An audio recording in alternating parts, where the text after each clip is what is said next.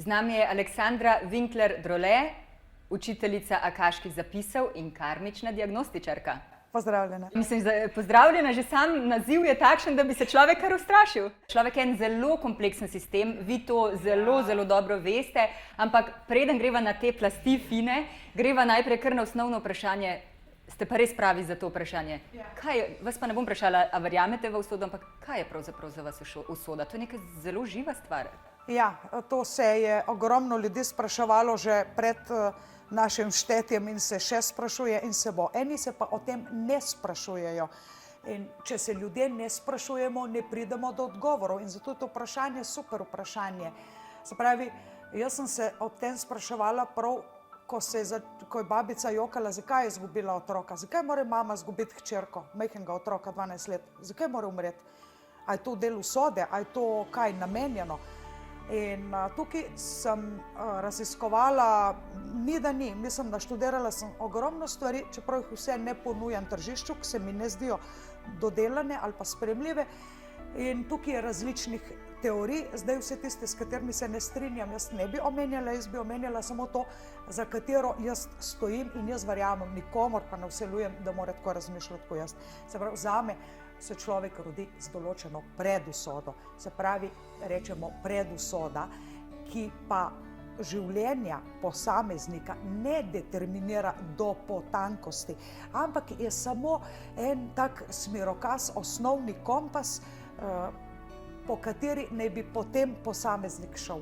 Seveda ima tudi svobodno voljo in se lahko obrne proti sebi, proti namenu svoje duše ali pa sledi glasu. No pa recimo konkretno, to, da midve v tem trenutku sediva na tem sedežni garnituri in se pogovarjava to, kar se pogovarjava, je to del najine usode ali je to najina svobodna volja? Ne veva, bova videli. To najbolj vidiš takrat, recimo vsi ljudje, ki jih srečaš v tem življenju, pa tudi črna mačka, če ti prikriža pot, to nima nobene veze z usodo. Naključja tudi obstajajo, sicer ne bi imeli te besede. Ampak, ko ti nekdo pusti pečat v tvojem življenju, takrat verjemi, da je del tvoje usode. Nekdo, ki te z nečim oznamuje, ga ne moreš več pozabiti, ker ne moreš biti ravnodušen do njega, ali v to dobrem ali pa v slabem. Se pravi, če bomo dobro speljali te oddaje, tudi druge stvari so zadaj, ki jih drugi ne vidijo, potem lahko rečem, da je to bilo del Božje volje, ker Božja volja je tam, kjer je tista človekova usoda. Ne, to je lahko Božja milost, danost. Vi ste v svojem življenju marsikaj tudi razburkanega doživeli in spoznali, bi rekli, da je to pot takšnih ljudi, kot ste, se pravi karmična diagnostičarka, oseba, ki zna pogledati v dušo, v pretekla življenja in tako naprej. Je to pot ljudi, takšne vrste, težka, polna preizkušenj, izzivov, kaj bi rekli? Niti ne. Moje življenje je bilo dokaj lepo. Dokaj, sem rekla. Se pravi, če bi me vprašala, kakšno je bilo moje otroštvo pred 20 leti, bi rekla, grozen. Če bi me, sem preposlušala se toliko zgodb drugih ljudi, če bi me vprašala zdaj, bi rekla, nekaj povprečnega, znači toliko drastičnega.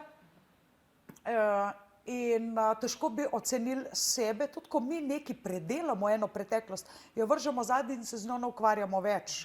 In nas ne zaznamuje kakor neka travmatična izkušnja, ampak tiste dobre lekcije ostanejo naučene, kar si se naučil. Recimo mene, jaz imam ta problem v življenju, da sem hipersenzibilna oseba. To v 3 stavkih pomeni, da sem lahko, bil je nek lep sončen dan, šla sem ven na sprehod, malo hodim, malo tečem in pred mano kuža, vidim, da je zelo star kuža, ki težko hodi, težko hrope in ta gospodar ga sili po stopnicah. In jaz to čutim, da njega kolki bolijo. Starejše živali pogosto kolki bolijo, sploh določene vrste pse imajo te probleme. In jaz to čutim, kako cvili, noče iti po stopnicah dol in ta njegov lastnik ga sili. Mene je srce bolelo 3 dni zatem. Jaz sem, recimo, ne moreš pa ustavljati ljudi na cesti in mu razložiti, ker jaz lahko zaznavam na mentalnem, na emocionalnem ali pa na fizičnem nivoju doživljanja drugih. ne, vse 3 nivoje. In tega ne morete izklopiti takrat, kadar to hočete. Ja, sem se naučila, hvala Bogu, če si nekaj zelo želiš, res fest želiš, pride do tebe. Mislim, na en način privlačiš. Ampak takrat za nas sprehod se mi ni zdelo pomembno, da bi jaz to sklopila, ker itak sem se šla sprostiti v naravo, naučiti svežega zraka in pol slučajno tam. Se pravi, znam to sklopiti, lahko sem, to sem v šoli počela, ampak to ni bilo pametno, tudi drugim ne priporočam. Takrat, ko je bila predavanje nezanimivo, totalno nezanimivo, a po cerkvi. Ampak da ne bo kdo rekel, da to govorim čez koga, bila sem najstnica in pač določena predavanja so zanimiva, določena niso. In takrat, ko meni nekaj ni bilo zanimivo, se jaz dam v en tak svoj sanjski svet, no dejansko se potegnem gor in bolj, to sem kar spontano, ne vem, od kje je znala, brez da me kdo učil, in tam me ni. Na pol slišam, včasih se tudi učiteljica drla pred koga na tablo, in pol vidiš samo usta, da odpira, maha z rokami, bogi ta človek. Dejansko niste slišali? Ne, ker recimo to je lastnost otroka, da gre v sanjski svet v svojo domišljijo, da se umaknejo. Pri vas je bilo to veliko bolj intenzivno in še zdaj to uporabljate, ko niste več otrok. Ja, če me zelo dolg čas v parku, enkrat sem zamudila vlak, čez 3 ure peljal do slednji, čakam, se malo sprehajam, pol 1 uro počivam na klopci in potem sem imela, sem rekla, se 3 ure, 1 uro imam še časa, se malo odpočijem. In pol jaz nekam uidem in ne vem, a je minilo 5 minut ali pol ure in pol, ko da mi reče en glas, hej, pazi, boš zamudila še ta vlak. Pogledam na uro, gas, 10 minut, dobro sem blizu gas do železniške. Mislim, ko da mi neki sporoča, pazi, boš zamudila še en vlak. Jaz pa 3 ure čakam, ko sem ga enega že. Ampak ga niste zamudili, to je prva stvar. Druga stvar pa zanimivo, kje pa ste bili ta čas? Ne govorim fizično. Kaj pa se je dogajalo, kje pa ste bili ta čas? Se to, jaz nisem mogla ugotoviti, kje sem bila in zdajle, kje sem bila in temu rečejo, to sem pol naštudirala, te stvari in temu rečejo akaški zapisi.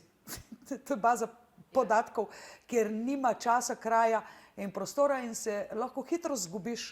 Jaz sem znala iti, ampak pol nazaj nisem več znala priti. Vi ste odkrili, vaš paradni konj je pravzaprav program Ključ do duše, ki ga imate tudi za tečajnike, se pravi, ko presodite, da je človek pravi, se lahko začne to učiti. In takrat se je vaše življenje precej spremenilo, mogoče ne tako na videz, imeli ste družino, moža, hišo, tako kot zdaj, ampak takrat v čem se je spremenilo, kaj se je zgodilo z vašim življenjem, ko ste enkrat res odkrili ta svet akaških zapisov, ki ga potem predajate naprej kot v programu Ključ do duše? Ja, to, kar sem čakala celo življenje, to se je zgodilo. Da ti klient reče, wow, pa čisto vseeno, a si kuhar, a si frizer, a si modni kreator, a si novinar. Takrat, ko ti nekdo, ma ne eden, ko ti od 10 ljudi 9, tisti, ki so pripravljeni delati, sodelovati s tabo, rečejo wow. In kar ponudiš, so rekli wow. In meni se je ta njihov wow zdelo, aha, če mi 9 ljudi od 10, eden je pač zmerom prišel nekam, pač ni vedel, a bi ali ne, recimo, da je tako. Takrat, ki ti večinoma ljudje rečejo, wow, to si pa dobro naredila, ti to pa znaš povedati, razložiš take abstrakcije, razložiš, da je razumljivo še ne vem komu, komerkoli. Takrat, ko začutiš tisti wow, dobiš njihovo podporo in dejansko te oni energijsko podprejo, da ti delaš dalje. Ampak kaj se je vam zgodilo? To je zdaj že poslovna pot, ne? Vi ste to začeli predajati naprej in je to del vašega posla. Ampak kaj se je vam zgodilo, ko ste vi prišli do tega znanja? Kot ste rekli, nekje sem bila, pa nisem vedela, kje to je, kaj to pomeni. In dejansko življenje vas je pripeljalo do tega, da vam je razložilo, kje ste bili in kaj to pomeni. Kako se je takrat, ko ste to odkrili? Dejansko sem prebrala knjigo o govori Satje Sai Babe. Jaz sem že prej poslušala njegova predavanja, tako v centru, Sai Baba centru v Ljubljani, na videoposnetkih, tako tudi njegova, ponavljale njegove mantre, ker pač sem si želela razširiti to, bi se reklo, ne religijo, ampak filozofijo, to miselnost vzhoda mi je bilo zelo všeč. Tudi na duhovni univerzi so nas usmerili v to in to mi je bilo zelo blizu. In iskala sem dejansko, da bi jaz znala to, kar zna on. On je recimo opisoval Freuda, kako je bilo njegovo prejšnje življenje, kaj ga je z prejšnjega življenja pripeljalo, da je v tem življenju tle, tako kot je. In to sem si mislila, dobro si je, ko ti to znaš, da nauči še mene. In tako se je zgodilo. Poslal mi je učitelja, po čudežu. Tako da želela sem si biti najboljša. Ne vem zakaj, zaradi takih planetov v astrologiji. Vse, kar sem delala, sem hotela, da bo wow. Ali bi kuhala, ali bi šivala, ali bi bila modna kreatorka, ali bi bila umetnica. Karkoli lahko počnem, samo če drugim to reče wow in da so me za to pripravljeni plačati, potem ni problema. Jaz dobim tisti zagon in grem v to smer.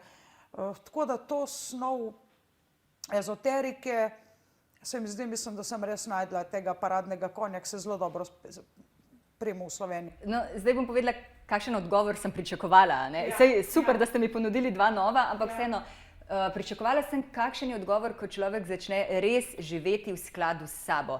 Ker vem, da pravite, da po določenih podatkih kar 85% ljudi ne živi svoje prave narave, ne živi svojega polnega potenciala. To, za kar so bili ali pa smo bili ustvarjeni. To se pravi, se življenje dejansko zelo spremeni in zakaj ne živimo tega? Ja, nekoč je duša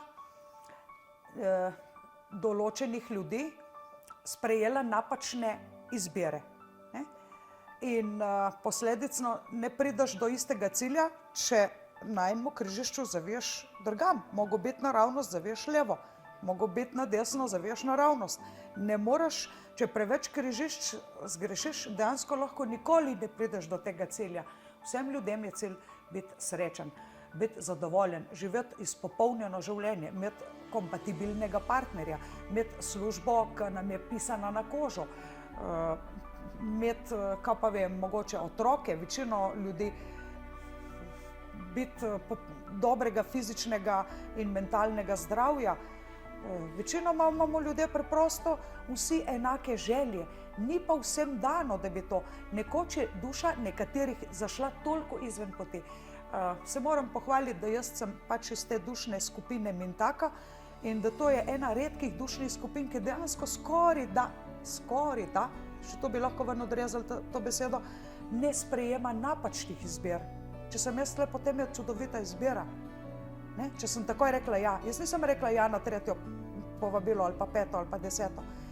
In če bi rekla ne, bi bilo tudi to dobra izbira zame, ker Mintaka dejansko, jaz že toliko živim iz svoje duše, da tudi takrat, ko nisem imela možnost izbire, sem si želela in takoj, ko je bila priložnost, sem nekaj naredila in spremenila to. Tu se odpirajo pa zdaj novi horizonti, nove priložnosti za človeka, za človeštvo pravzaprav, ker verjamem, da vsakdo, tudi tisti, kot ste omenili, ki je šel na levo namesto naravnost, tega ne ve. On ne ve, da je naredil nekje narobe, da je 10 napak in 20 napak naredil in se sprašuje, zakaj je moje življenje takšno, kot je.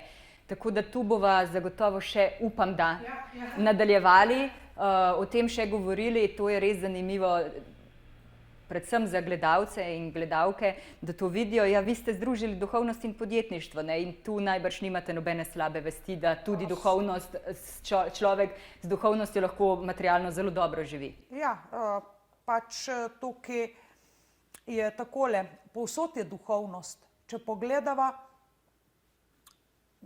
mojstrico stilistko, ne? Vsi vplivamo na en način na dušo, frizerko, kozmetičarko. Ljudje mislijo, da je duhovnost samo nekaj, kar deluje na duh in da si ti duh.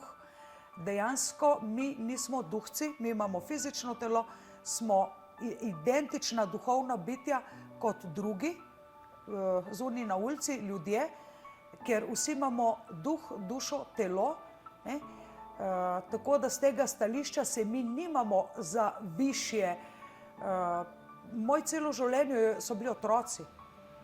In prioritetni cilj, jaz bi imela več kot 3, če bi mlajša se lotila in če bi mogoče res moraš imeti pol še gospodinjsko pomočnico, pa malo teh čistilko in tako naprej.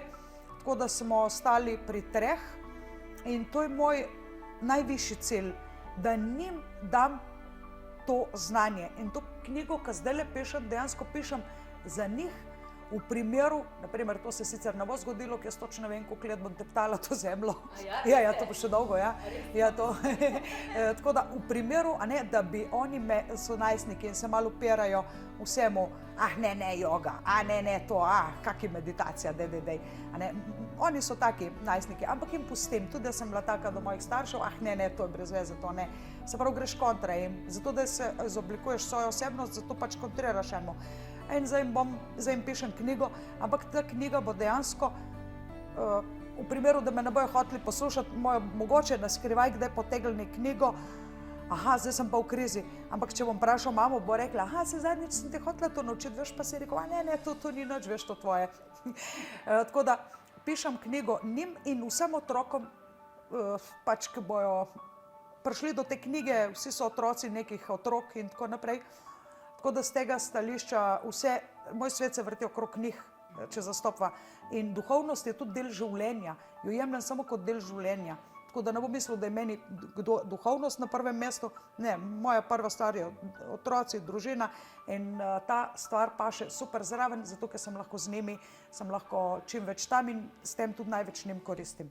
Tudi vi ste ena izmed oseb, ki pravi, da človeku ni treba res veliko delati, da bi veliko zaslužil ali da bi dobro živel ali da bi bil spoštovanja vreden človek, ampak bomo to tematiko pustili še za prihodnjič. Pa mogoče samo še eno vprašanje. Kako se vam pa zdi naš naslov Kompas usoda? Fantastičen. Ja. Fantastičen. Pokaže smer ljudem, pokaže smer vsak svojega zornega kota, vsak različen gost svoje perspektive in to mi je čudovito, ker absolutno ne bi vsi razmišljali tako kot jaz. Ne, ni vam treba. Vsak naj vzame en košček, tako kot pojedina, tam, kar mu njemu ustreza. Najlepša hvala za ta pogovor. Sem zelo uživala. To je bila Aleksandra Winkler-Drole. In to je bila oddaja Kompas usoda. Sledi duši.